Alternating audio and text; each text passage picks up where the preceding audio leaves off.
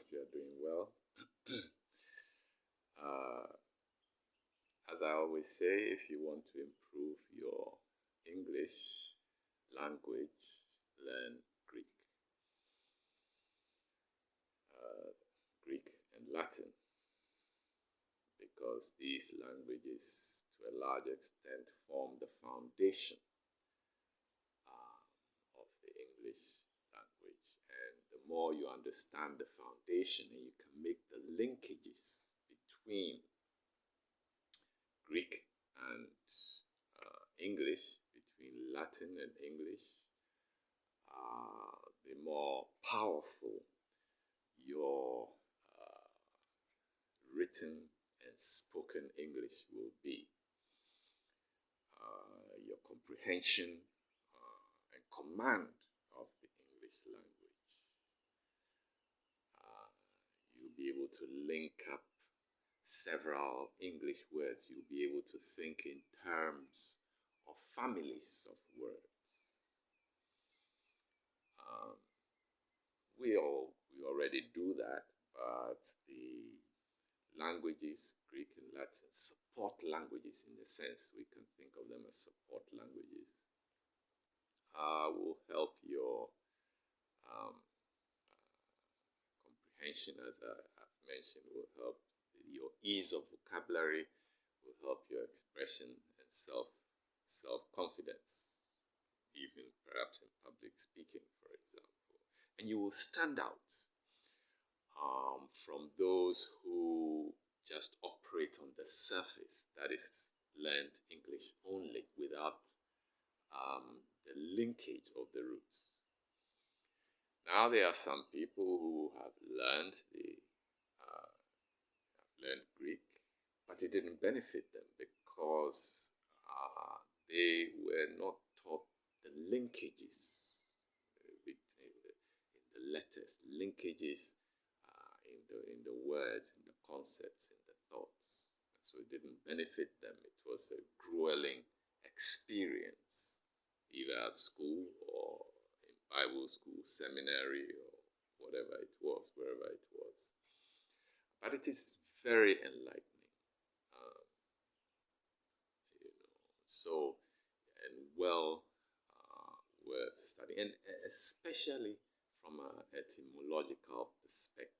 Etymology is the origins of the word.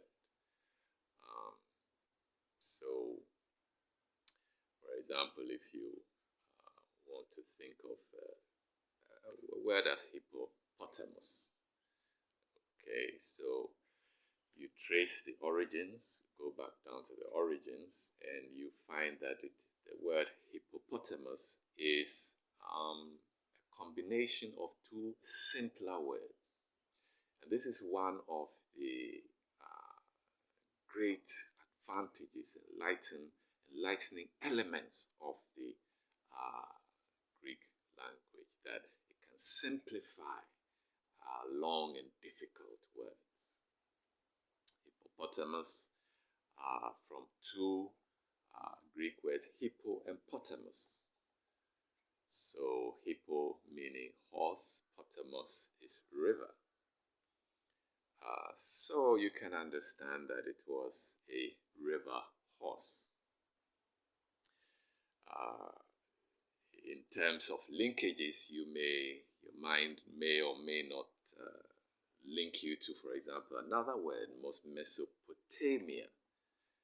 Okay, so Mesopotamia, again from two Greek words, Meso and Potamia, or from the Potamus that we spoke about just now.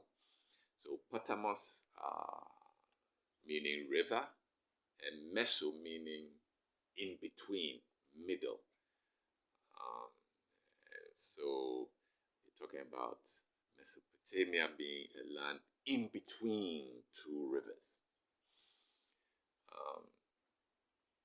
And it is little elements like this that shed further light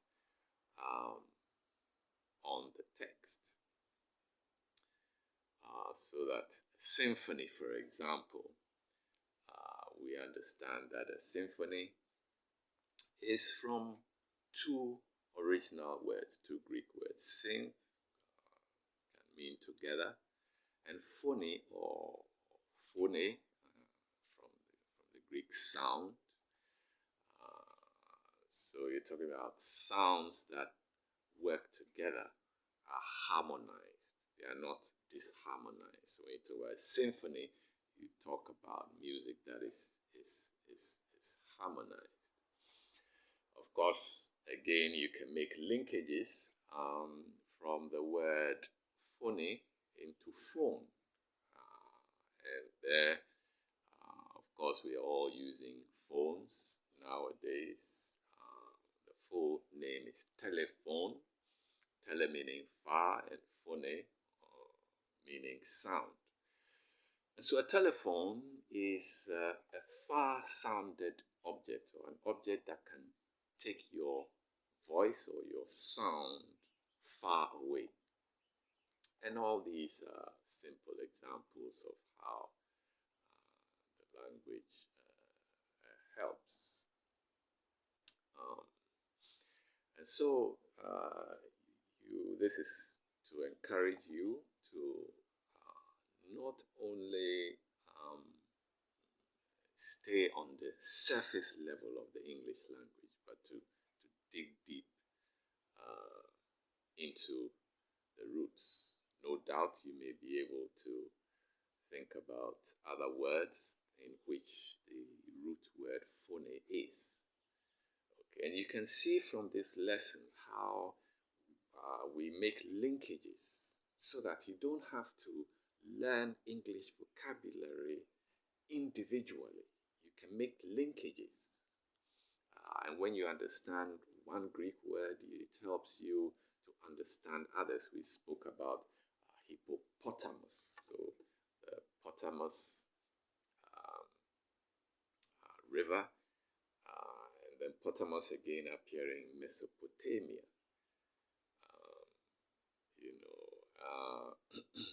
And when we look at the word hippopotamus, hippo appears in the name Philip. So Philip is composed of two words, Phil and Ip. Ip is short for Ippo. So Filippo actually is the extended form of the word. And by this token, I would say that the shortening of words, sometimes detracts or can detract from their meaning. And so I always tend to choose longer words, and I urge you to do the same, the full expression of words, so that you will not say telecom, you will say telecommunication, etc. But back to Philip. So Philip is from two Greek words, Phil and Ip. So Phil, Philos, for the Christians amongst you may recognize one of the Greek words for love, which is often explained as a weaker form of agape or agapes. And so Phil is more or less a friendly, ordinary kind of love. And Ip, or Hippos, is a lover of horses, which indeed he was. Philip, who was originally named that. And so it's very interesting, and it sheds further light on the English language. It helps your vocabulary, so that you can begin to think in terms of families of words and in roots, so that you are not, picking up each individual word on its own. We spoke earlier about telephone, telecommunication, television. So once you understand tele, meaning far, when you see it in another word, at least you have an idea of what it can mean. So when you see telephone, mostly because we learnt it as one word and we associate it with a particular object or set of objects, it may be difficult to associate it with a different word, television, for example. But when you understand the roots and you recognize the tele in television, and so you have tele and vision, vision to see, the concept is the same, where you take vision and spread it or push it across a long distance, either through a system of wires or wireless systems. But that is the basic idea, and this helps to get to the roots of words quickly. So, especially useful for English learners, and I would suggest to you that no matter how much of an expert you are at speaking the English language, it's better to adopt the approach as a learner. That gives you the option to improve when you think you know there's no option, no motivation to improve. So anyone who wants to learn the English language must think in terms of as I always say, a trinity of languages. You think of English, Latin, and Greek, and this is extremely useful.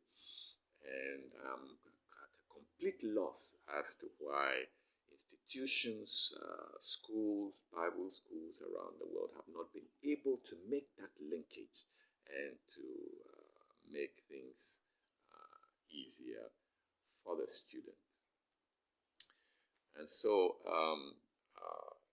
these are just a series of videos to motivate you and to show you that it's not as difficult as it was made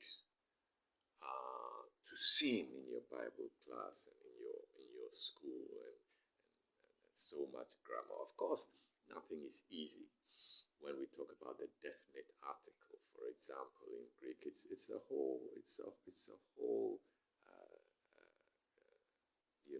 area of study by itself. We have two articles in English. We have the indefinite article, then we have the definite article. So the indefinite article, the letter A boy. It can be any boy, and then the definite article, the, the boy. So definite, the boy, a particular boy. And in English, we have only one definite article, but in Greek, we have 28. And so this is not to say that it's easy, and anything worthwhile is worth spending a bit of time and effort on. But we want to make it easier, more attractive, more beneficial, more motivational, so that you can immediately begin to see improvements in your expression, in your children's expression. And so this is basically motivatory. So drop your comments, critiques. Critiques are very important. They help to improve. Like this if you do. And I'll see you in the next video. Have a great day.